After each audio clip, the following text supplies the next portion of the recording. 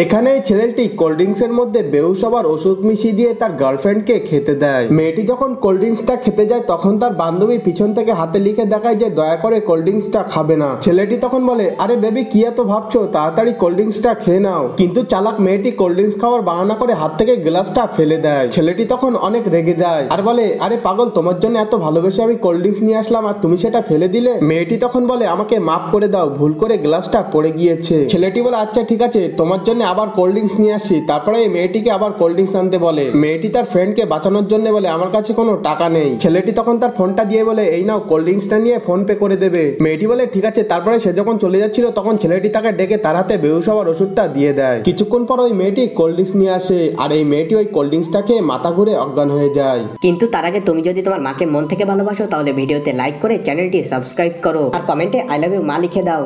আসলে ওই মেয়েটির কিছুই হয়নি, ছেলেটির প্ল্যান বুঝতে পেরে তারা অভিনয় করছিল।